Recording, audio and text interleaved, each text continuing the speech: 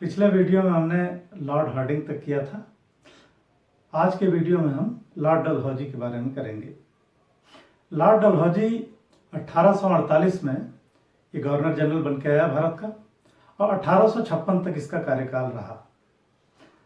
Lord Dalhousie के बारे में ये कहा जाता है कि अगर उसके कार्यों का मूल्यांकन किया जाए तो 3 शब्दों में उसके कार्यों का मूल्यांकन किया जा सकता है: विजय, संगठन और विकास।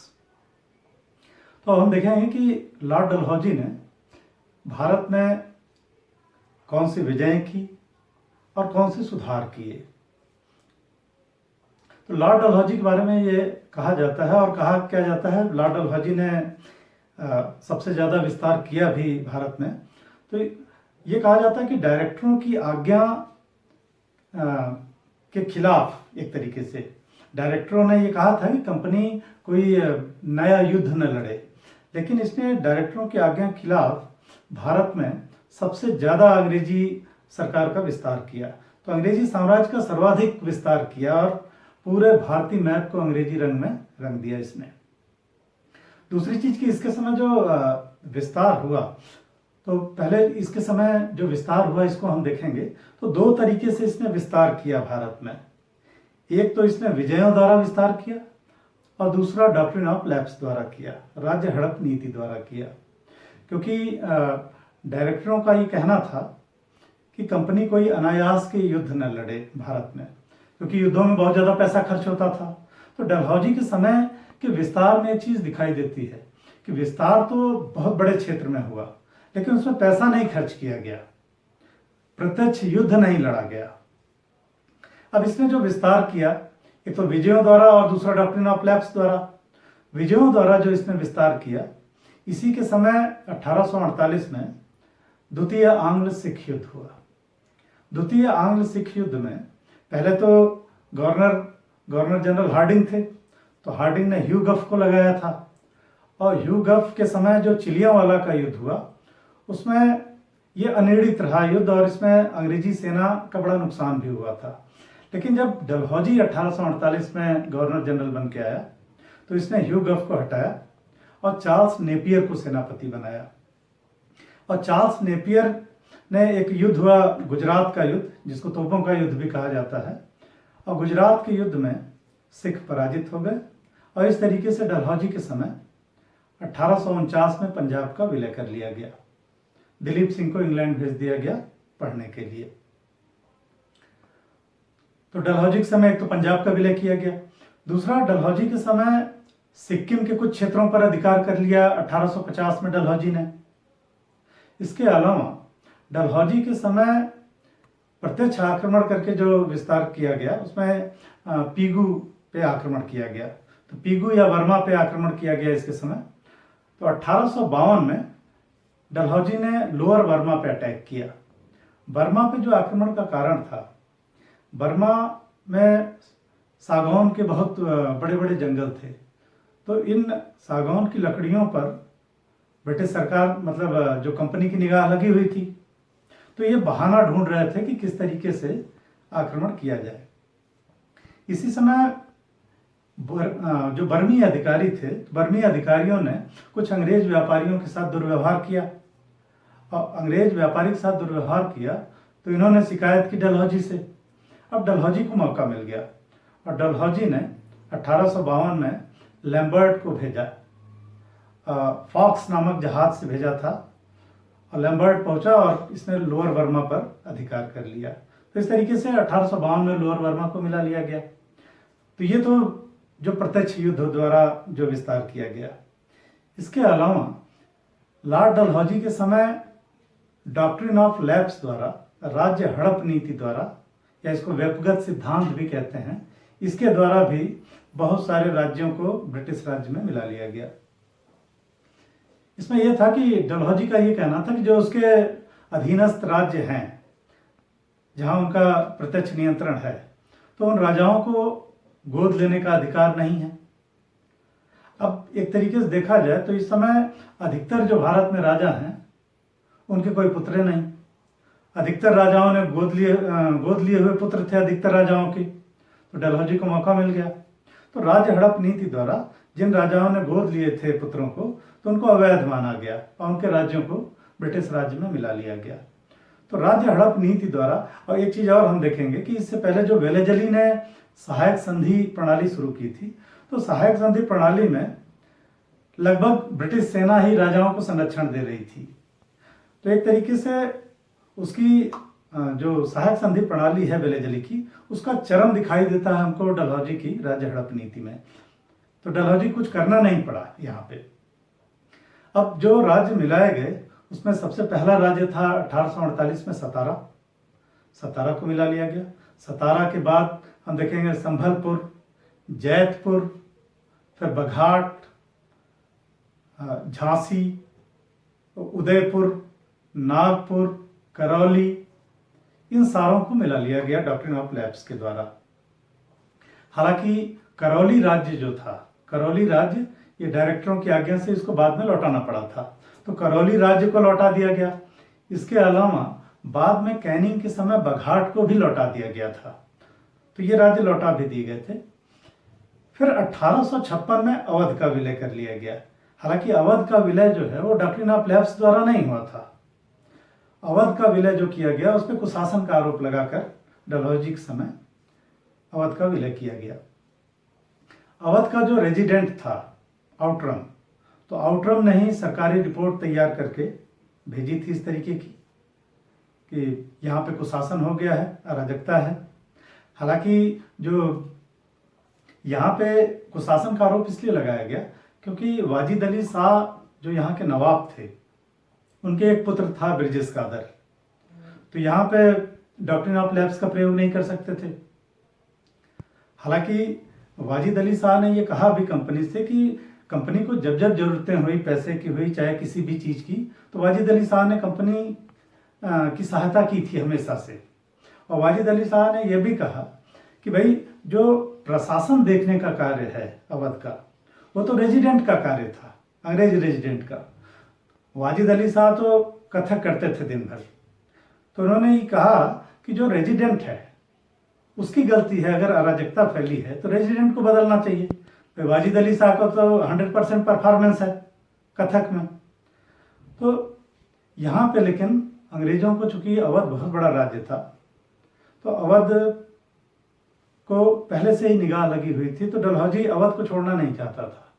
तो इसका कुशासन का आरोप लगा के अवध को मिला लिया गया। वाजिद अली शाह को निर्वासित करके इनको पेंशन दे दी गई थी, उनको कलकत्ता निर्वासित कर दिया गया। तो इस तरीके से अवध का विलय कर लिया गया। हालांकि ये माना जाता है कि अवध का विलय जो था ये डलहौजी की सबसे बड़ी भूल मानी जाती है, क्योंकि जब हम आगे 1857 क्रांति करेंगे तो 1857 की क्रांति में जो अवध का विलय था ये बहुत बड़ी भूल मानी जाती है, क्योंकि 1857 क्रांति में जो सैनिक लड़ रहे थे उसमें बहुत ज़्यादा सैनिक अवध के सैनिक थे, क्योंकि अवध का विलय से जो अंग्रेजी सेना में अवध के सैनिक थे ये काफ़ी नाराज भी थे। अब ये तो डलहौजी के समय जो विस्तार रहा। अब डलहौजी के समय जो सुधार हुए इनकी चर्चा हम करेंगे। तो डलहौजी के समय जो प्रशासनिक सुधार हुए या जो शैक्षणिक क्षेत्र में सुधार हुए, तो पहले हम देखेंगे कि जो प्रशासनिक क्षेत्र में सुधार, प्रशासनिक क्षेत्र में डलहौजी क्षेत्र में, डलहौजी के समय जो सुधार हुए उसमें एक तो सैन्य सुधार उसने किया। जैसे जो तोपखाना था वो कलकत्ता से मेरठ लाया गया इसके समय। इसके अलावा जो सेना के कार्यालय थे उनको कलकत्ता से शिमला ले जाया गया, तो सेना कार्यालय शिमला ले जाए गए। बाद में शिमला अंग्रेजों की ग्रीष्मकालीन राजधानी भी बनी। इसके अलावा डलहौजी के समय 1852 में ओ सैम हेनेसी के नेतृत्व में एक तार विभाग की स्थापना की गई, तो तार विभाग की भी स्थापना की गई।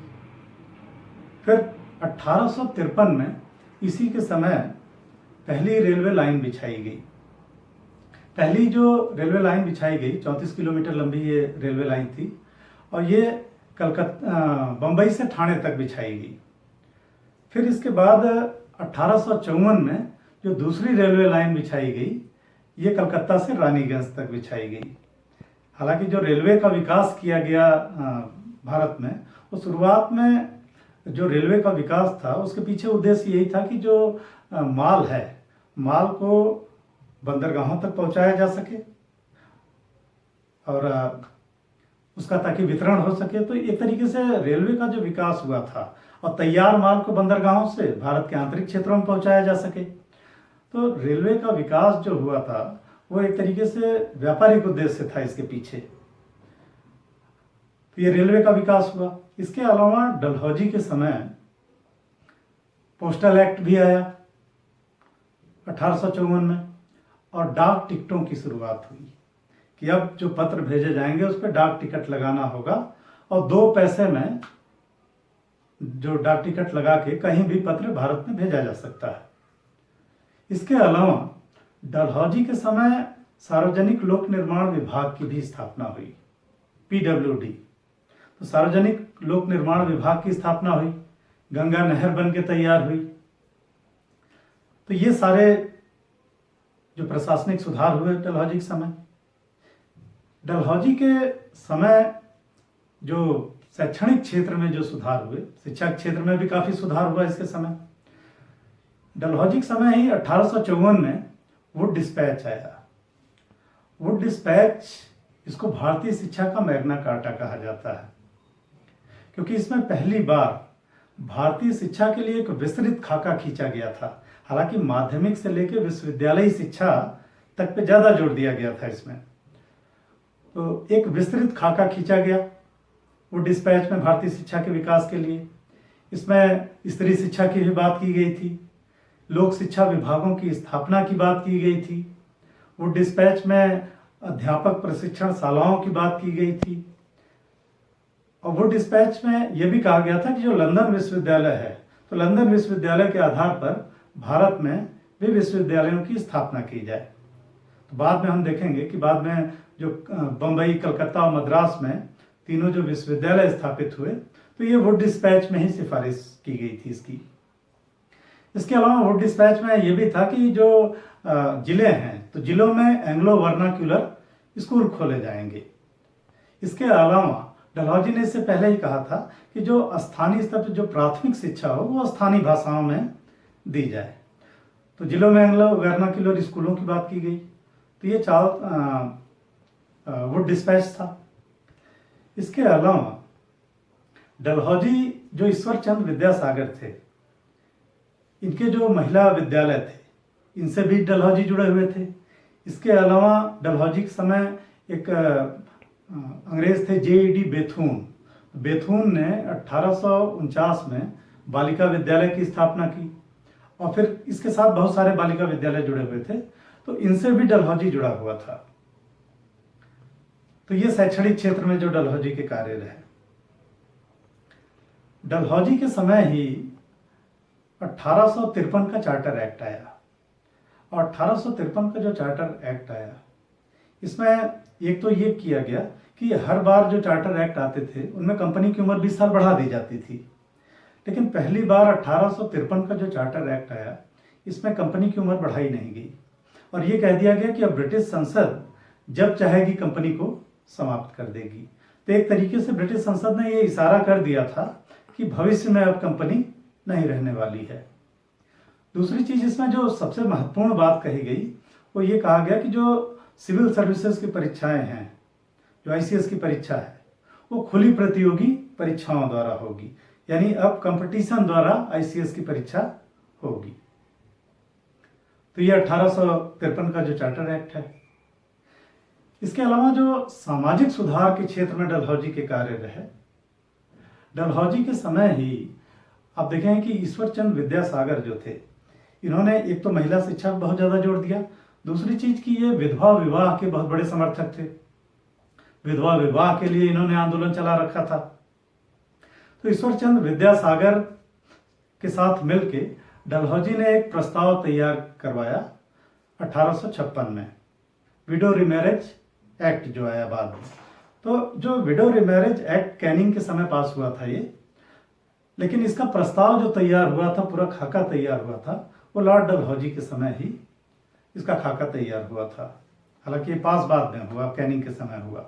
तो ये सामाजिक सुधार के क्षेत्र में जो डलहौजी के कार्य रहे। इसके अलावा डलहौजी के समय एक इनाम कमीशन भी आया था।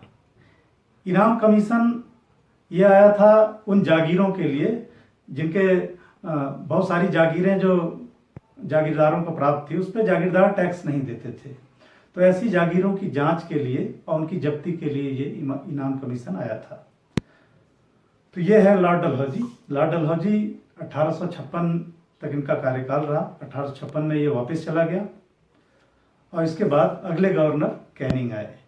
तो अब अगली क्लास में, मतलब अगले वीडियो में हम 1857 की क्रांति करेंगे।